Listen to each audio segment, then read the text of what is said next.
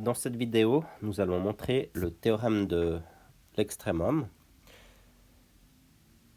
Si f admet un extrémum en A, et si f est dérivable en A,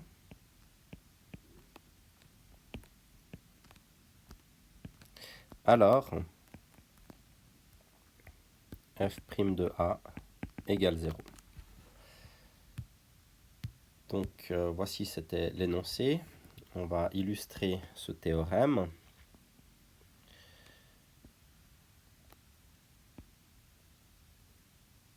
Avec une fonction de ce type-là. On voit que ici, on a un extrémum local. Ici, on en a un autre. Et on en a encore deux en A3 et A4. Alors, en A1, la fonction n'est pas dérivable. Et donc, ça ne marche pas. Et en A3 non plus, car la fonction n'est pas définie à droite. Donc, il est donc important que la fonction soit définie et dérivable en ce point. Ça veut dire que f' de A égale 0, ça veut dire que la tangente en A est horizontale. C'est ça que ça veut dire. Nous allons démontrer donc ce théorème dans le cas d'un maximum. On pourrait le faire dans le cas du minimum, c'est une démonstration tout à fait analogue. Dans ce cas-là, si c'est pour un maximum, on pourrait l'appeler le théorème du maximum.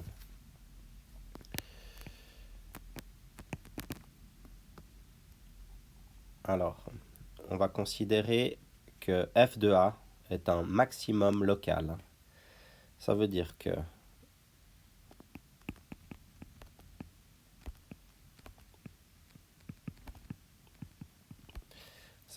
qu'il existe un voisinage de A tel que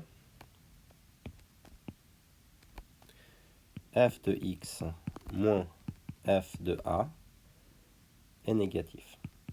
C'est-à-dire que f de A, localement, est plus grand que f de x pour tout x appartenant au voisinage. Alors, si on considère le taux de variation, f de x moins f de A sur x moins A, où x appartient au voisinage, okay, on va considérer x à gauche de A, donc f de x moins f de A sur x moins A. Alors, qu'est-ce qu'on peut dire ici? Si x est plus petit que A, ça veut dire que x moins A sera négatif, strictement négatif. Et comme on l'a vu avant, si f de A est un maximum, f de x moins f de A est négatif. Donc négatif sur négatif, ça va donner quelque chose de positif. On connaît une des propriétés des limites à ce moment, quand on fait le passage à la limite.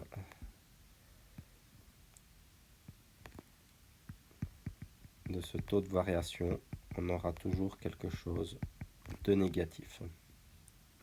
De positif.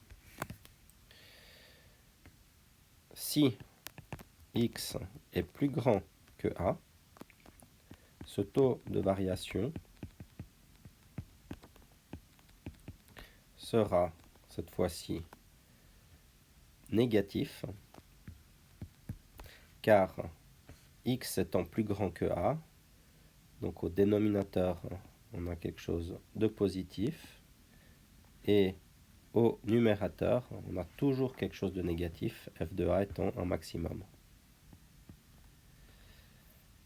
Donc négatif sur positif, ça nous donne quelque chose de négatif. Après la même propriété qu'avant sur les limites.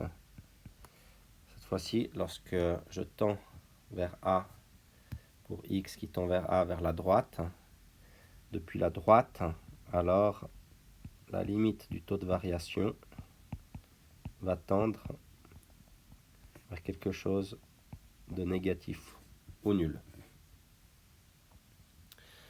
Comme f est dérivable en a, c'est donc l'hypothèse, on n'a que la limite de ce taux de variation en a, à gauche,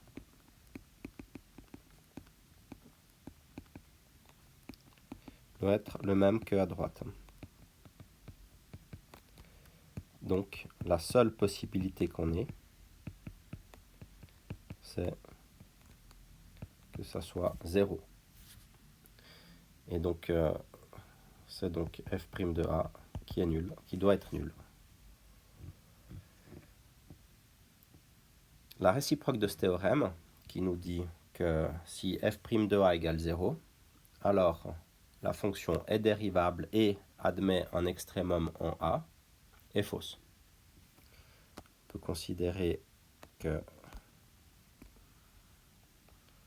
la fonction f de x est égale à x cube définie sur R.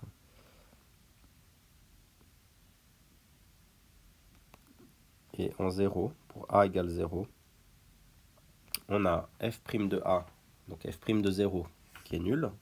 Ici, la tangente est horizontale. Par contre, c'est ni un minimum, ni un maximum, f de 0.